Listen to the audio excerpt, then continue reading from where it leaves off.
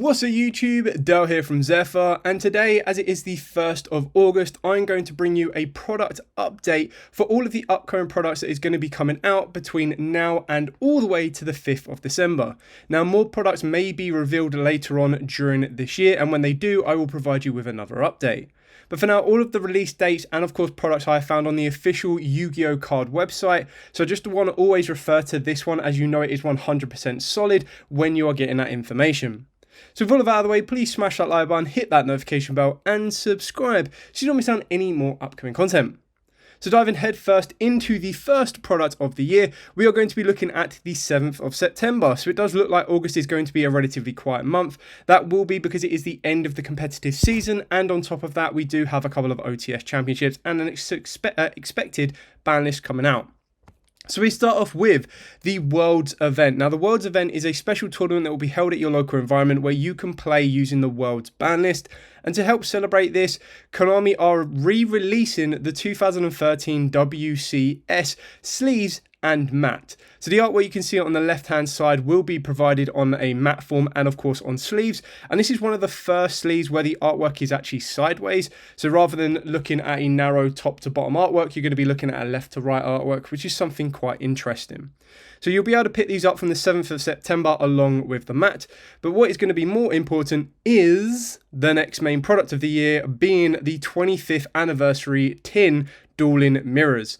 Now, at the time of recording this video, Konami are revealing one of the prismatic secret rare cards that is going to be within this set every day. I believe it's going to be doing it for 25 days. So far, we have seen Guiding Quem, and we've also now seen, as of today, recording this video, the Elemental Hero Shining Neos as well, which is really kind of cool. This tin will contain quarter century secret rares, including alternate artworks for Red Eyes Black Dragon, Dark Magician Girl, Harpies Feather Duster, and Raigeki. We also know that it will also involve alternative arts for limiter removal as well as tuning, and then we do know that there will be more quarter century. So as you can see here, 50 quarter century secret rare cards in the set are a trip down memory lane, showcasing iconic monsters and imagery from decades of dueling. So the chances are you can probably assume that each of the tins will have the antagonist kind of quarter centuries. So they've already revealed that Blue Eyes White Dragon is on the tin, and that will be one of the quarter centuries that you can get original artwork as well. Thank you.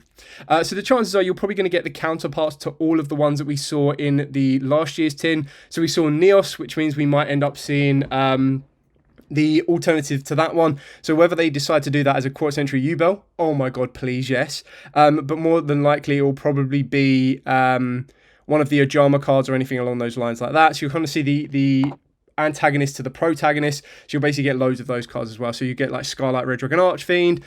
We got Black Rose in the last year's one, so we might see another one of the cards as well. So it's going to be really kind of cool as they keep revealing these as we go on. Each tin will contain 3 quarter century secret rares, 3 prismatic secret rares, 9 ultra rares, and 24 commons.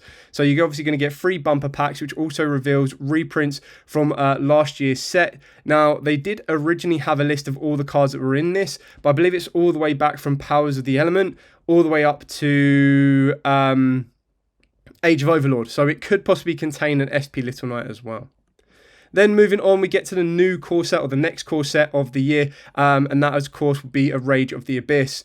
Now, as it currently stands, this, of course, has loads of support for Sharks, but it also introduces us to 2 brand new meta cards, in my opinion. The brand new Dominus Purge, which basically is the reverse of the current Dominus Purge that we have, which doesn't allow you to use, I believe it's wind, light, and earth effects, but it allows you to negate a search effect, so that's kind of a summon effect. And then we get also the new Mole Chummy, which basically lets you draw a card every time your opponent special summons from the deck or special summons from the extra deck. So an incredibly massive buff on the current Mole Chummy, which dropped to £22 and is now currently like £30-40, and I expect the new Mole Chummy to be even higher than that. So of course this will be a standard core set. It is one of the last 25th anniversary celebrations, so it will include one special quarter century card, as well as all of the 10 secrets and 14 ultras will come in quarter century as well. Now this is the last core set for quarter centuries, but it's not the last quarter century set. We'll talk about that a little bit later on, which will hit us before the end of the year. Then moving into the brand new OTS tournament pack. Now at current, all we know is that Lo, the Prayers of the Voiceless Voice, is in this as an ultimate rare, which is really kind of cool because I think that will then match the Diviner that we currently have in OTS 25. There is expectation that there will be another piece of Exodia in this one, so you can get a full ultimate rare Exodia, which it would be nice for them to complete a set rather than going, here's an ultimate head and then nothing else. But it would be very easy to see, or interesting to see where it goes from here. Then the final quarter century set of the year is called Quarter Century Bonanza, and this is due on the 7th of November. This one is absolutely insane. So Quarter Century Bonanza packs are 5 cards per pack, so they're going back to the ratios of Rarity Collection 1, but we've replaced a super rare in every pack with a guaranteed luxury secret rare, platinum or quarter century. That guaranteed luxury secret rare in each pack is from a special and separate 200 card nostalgia pool that is only available in the luxury secret rare slots and is independent from the 78 card set. So technically, this set, if you wanted 1 card of everything, is like a 278 card set, which is absolutely mental. They've already confirmed that in this set will be a super polymerization, a Promethean Princess, and a Dia Bellstars, but they won't be printed as a quarter century or a platinum secret rare, so keep that in mind.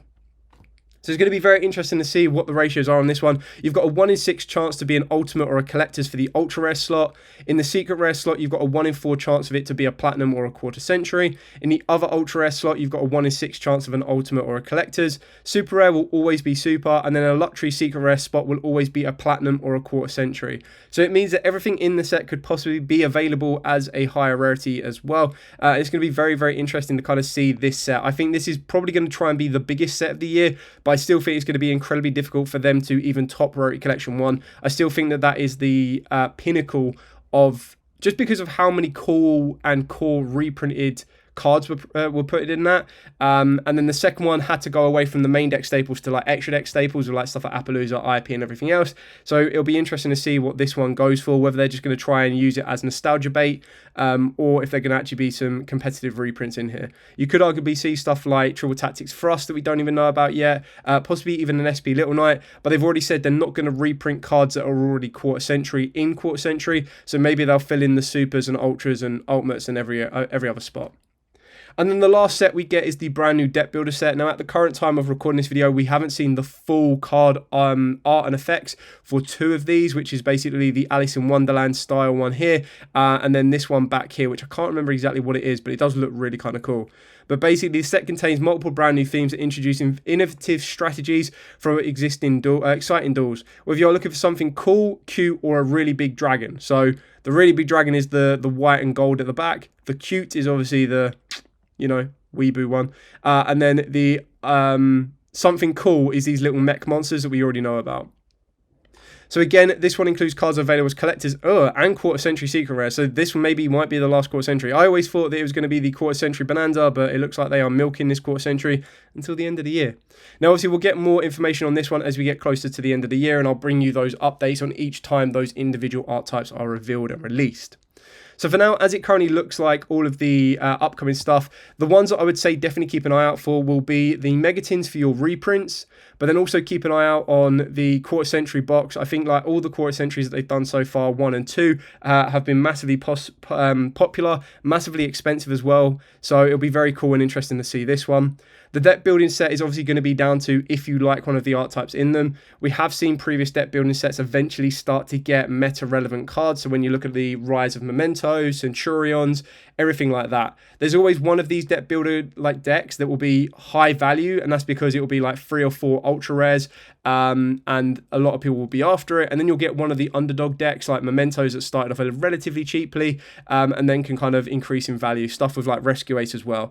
You never know what one brand new support card will do, and it really does shake up the support going forward, and it will basically make the price of the individual cores rise up. So as long as you can get them at a relatively cheap enough price and you're willing to get rid of them once a new core card is revealed, then you'll be able to make at least a decent bit of profit. And then, of course, Rage of Abyss, like I said, this already has 2 brand new staple cards, in my opinion. The new Dominus Purge, I believe it's called like Impermanous Purge or something like that. And then, of course, the new Mulch Army.